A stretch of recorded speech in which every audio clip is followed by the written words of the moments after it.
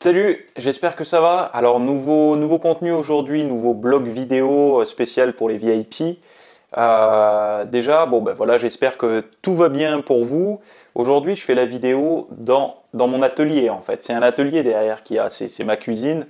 Et je pense qu'aujourd'hui, par rapport à la vidéo que je fais, ça va bien avec le contexte. Pourquoi? Parce que la vidéo style de vie 2.0, je pars du principe, moi, que si on fréquente pas régulièrement sa cuisine, quelque part, c'est qu'on n'est pas vraiment dans le mode du fitness, c'est-à-dire qu'on n'est pas dans la dynamique que j'essaye de mettre en avant, c'est-à-dire que beaucoup de personnes, finalement, regardent beaucoup les réseaux, regardent beaucoup toutes ces photos de recettes, toutes ces orientations vers le fitness au niveau alimentaire et tout ça.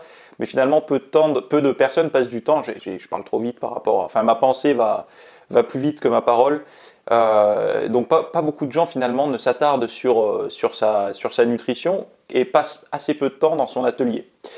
Donc, du coup, ce que j'aimerais développer avec vous aujourd'hui, c'est vraiment cette notion de style de vie 2.0.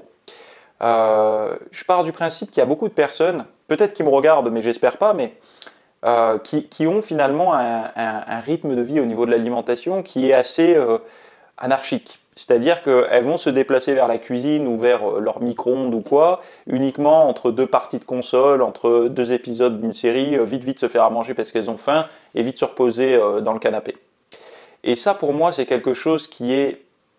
en fait, on passe à côté de quelque chose. On passe à côté, pas des fondamentaux du fitness, mais réellement de quelque chose qui peut donner de grands résultats. Et j'ai noté pas mal de choses, et vous allez voir que c'est toujours un petit peu compliqué d'expliquer finalement la philosophie fitness, ou plutôt fitness myth, ça fait un peu prétentieux, mais bon, la philosophie que j'ai adoptée et puis que j'aimerais vous transmettre en fait par rapport à mon ressenti, à mon vécu, et vous transmettre ça pour que vous puissiez vous aussi trouver votre petite philosophie en fonction des grandes lignes que je vais vous expliquer aujourd'hui. Donc le premier point, c'est apprendre. Alors j'ai noté apprendre c'est bien, mais, et je vous laisse 2 secondes là pour trouver la fin de la phrase. En fait, le problème c'est que la majorité des gens apprennent énormément, c'est-à-dire consultent énormément de contenu à droite, à gauche, mais très peu passent à l'action.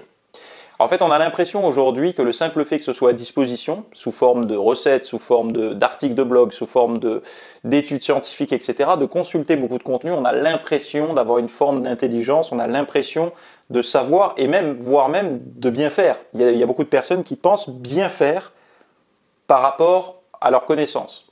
Mais finalement, si on regarde bien, dans le monde physique, donc dans le monde palpable, pas dans le monde virtuel ni dans le monde de la lecture, si on sort de tout ça, quelles sont les actions que les gens font pour se mettre en forme?